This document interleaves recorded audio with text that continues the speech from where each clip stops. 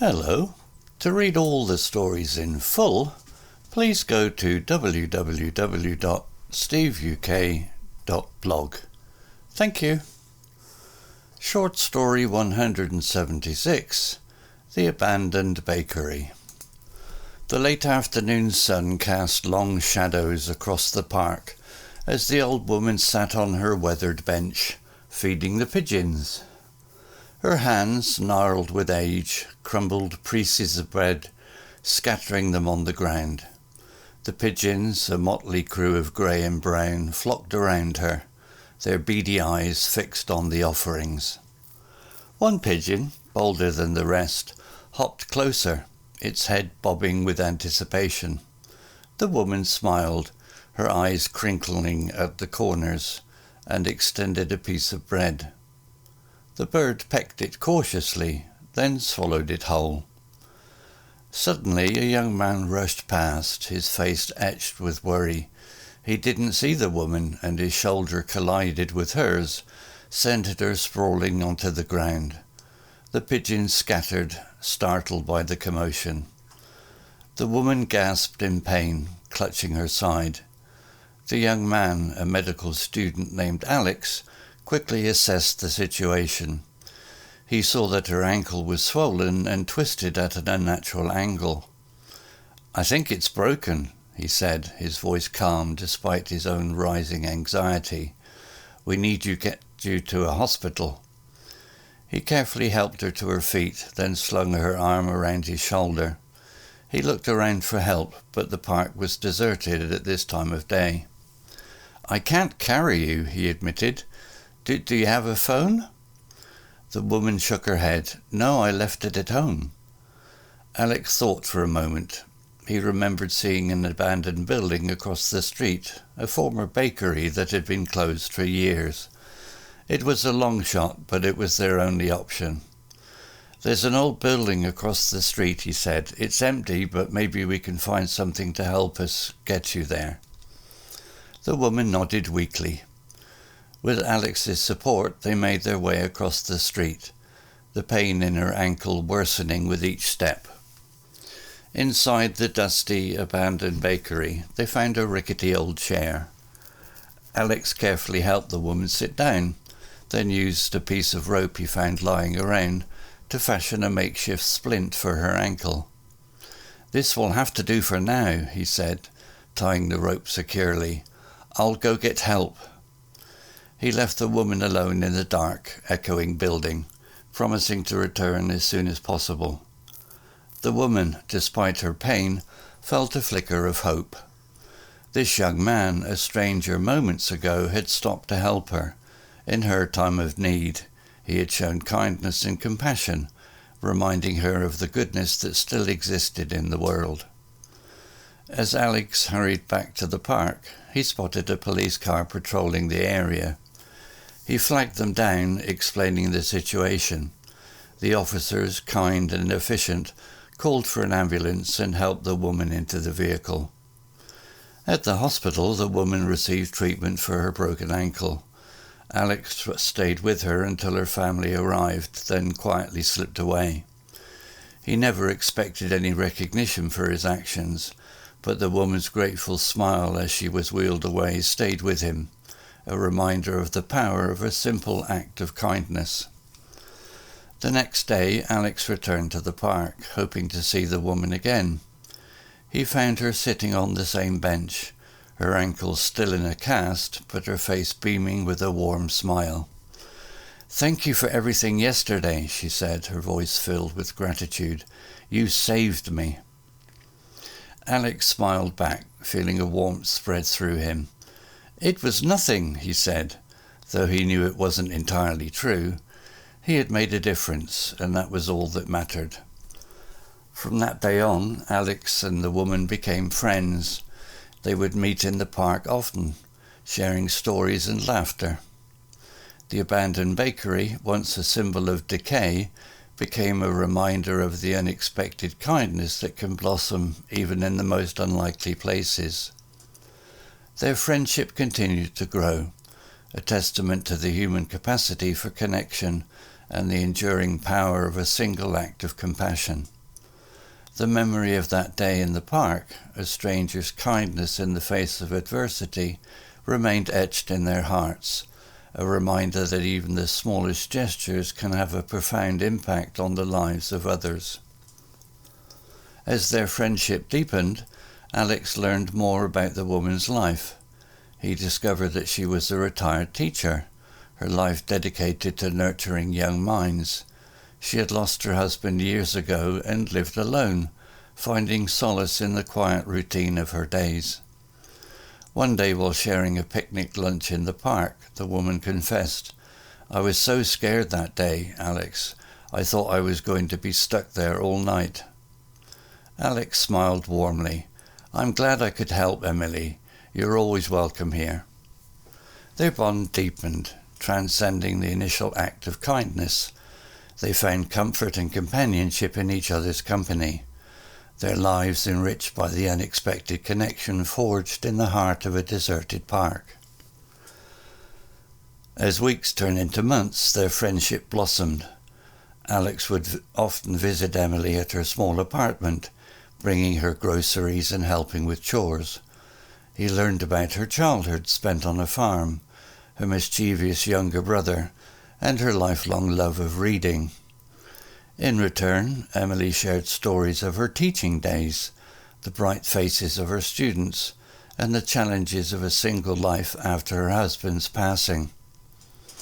One rainy afternoon, huddled under a blanket with mugs of steaming tea, Emily confided, "You know, Alex, you remind me of my own son." Alex, surprised, looked up. "Really?" "He would have been your age now," she said, her voice tinged with sadness. "He was kind and thoughtful, just like you." Alex felt a pang of sympathy for the loss she carried. He reached out and took her hand, offering a gentle squeeze. "I'm glad I could bring you some of that back, Emily." Their bond deepened further, transcending the initial act of kindness. They found comfort and companionship in each other's company, their lives enriched by the unexpected connection forged in the heart of a deserted park. One day, while walking through the park, they stumbled upon a group of children playing soccer. Emily's eyes lit up with a familiar spark. She sat down on a nearby bench, watching the children with a wistful smile. "I miss teaching," she confessed. "I miss the energy and enthusiasm of young minds." Alex, inspired by her words, suggested, "Why don't you start a story hour at the library? You could share your love of reading with a new generation." Emily's eyes widened with surprise. "That's a wonderful idea, Alex, but I'm not sure if I could." Alex encouraged her, offering to help with the logistics. With his support, Emily gathered her courage and approached the librarian. The idea was met with enthusiasm, and soon Grandma Emily's Story Hour became a weekly event at the library. The room would fill with children, captivated by Emily's animated storytelling and her infectious laughter. Alex would often be there, helping set up chairs and witnessing the joy she brought to the children. As months passed, Emily's Story Hour became a beacon of warmth and wonder in the community. Children and parents alike looked forward to her sessions, and Emily found renewed purpose and joy in sharing her passion. One evening, after a particularly successful story hour, Emily turned to Alex with a grateful smile. "Thank you, Alex," she said, her voice thick with emotion. "You not only helped me that day in the park, but you helped me rediscover a part of myself I thought was lost." Alex smiled back, a warmth spreading through him. "It was my pleasure, Emily. You deserve all the happiness you find."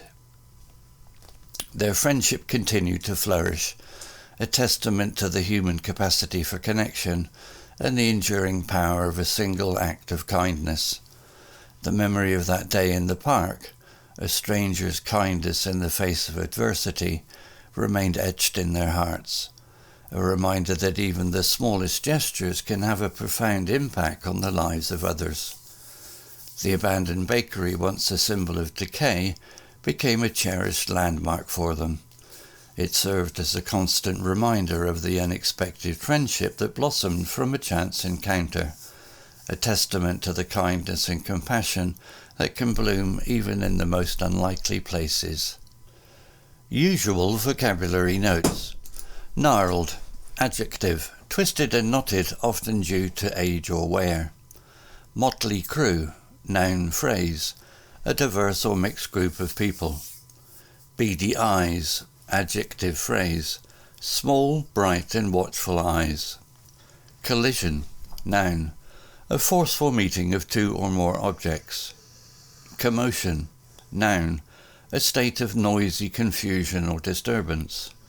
Anxiety, noun, a feeling of worry, nervousness or unease. Deserted, adjective, empty of people or activity. Solace, noun, comfort or consolation in a time of trouble or distress. Echoing, adjective, producing or reflecting sound that is repeated and gradually fades. Gratitude, noun, the feeling of thankfulness and appreciation. Transcend, verb, to go beyond the limits of something to surpass. Compassion, noun, sympathetic concern for the sufferings or misfortune of others.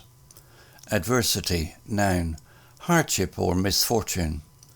Etched, verb, to cut or engrave a design or inscription into a surface.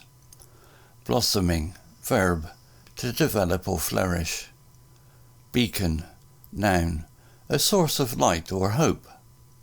Captivated, verb, to hold someone's attention completely. Wistful, adjective, showing a feeling of vague or dreamy longing.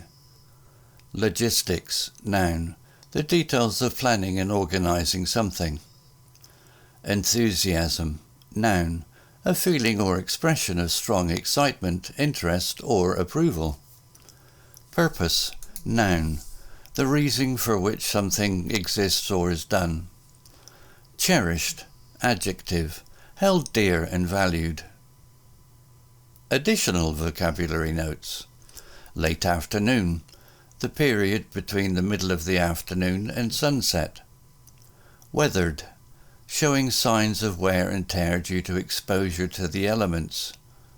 Crumbled, broken into small, loose pieces. Scattered, dispersed or spread over an area. Flock, a group of birds of the same kind. Bobbing, moving up and down with a light, quick motion. Anticipation, a feeling of excitement or eagerness about something that is going to happen. Shoulder, the part of the body where the upper arm joins the torso. Sprawling, falling or spreading out over a large area. Gasped, inhaled suddenly and sharply, often as a result of surprise or pain. Clutching, holding tightly onto something. Assessed, evaluated the situation or someone's condition. Swollen, enlarged or distended due to injury or inflammation. Twisted, turned or bent out of shape. Unnatural angle, a position that is not normal or expected. Efficient, acting or working in a well-organized and effective way. Ambulance, a vehicle specially equipped to transport sick or injured people to the hospital. Grateful, feeling or expressing thankfulness. Recognition, the act of acknowledging someone's presence or achievements. Additional vocabulary notes. Slipped away, left quietly and unnoticed. Beaming, smiling brightly and warmly. Picnic, a meal eaten outdoors. Decay, the gradual process of something breaking down or becoming worse. Blossom, to develop or flourish. Capacity, the ability to hold or contain something. Enduring, lasting for a long time, continuing to exist. adversity, hardship or misfortune. Etched, cut or engraved a design or inscription into a surface. Profound, deep and significant. Landmark, a prominent or easily recognizable feature of a landscape. Cherished, held dear and valued. Beacon, a story of light or hope. Captivated, held someone's attention completely. Wistful, showing a feeling or vague or dreamy longing. Logistics, the details of planning and organizing something. Enthusiasm, a feeling or expression of strong excitement, interest or approval. Purpose, the reason for which something exists or is done. Story written by Google Bard AI. Image created by desgo.com AI. To read all the stories in full, please go to www.steveuk.blog. Thank you.